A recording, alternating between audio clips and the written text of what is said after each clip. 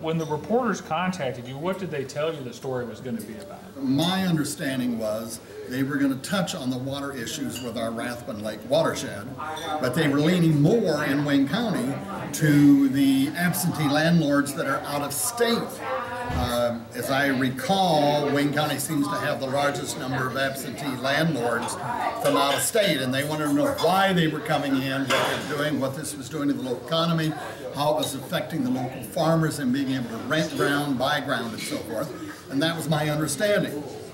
Not once was I led to believe they were going to do a wham bang on ethanol. They mentioned the ethanol. There's two sides to every story, and that ethanol story has got a side, but there's another side to it too.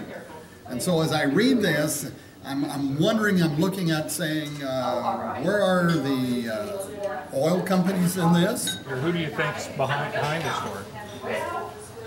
Now that would be a good question. I can see some writing, and maybe I'm wrong, but I can see some writing on oil companies wanting to shut down the ethanol.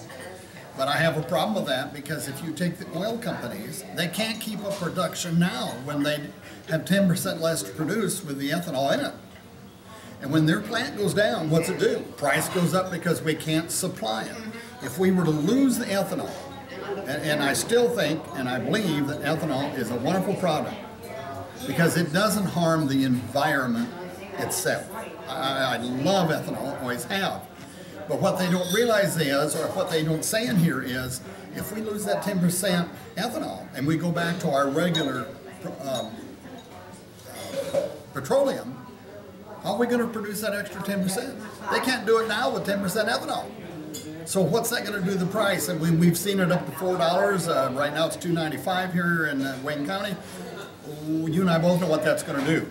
Oh my land, we have to take one plant off of the line because we got maintenance, we had a fire, whatever it might be.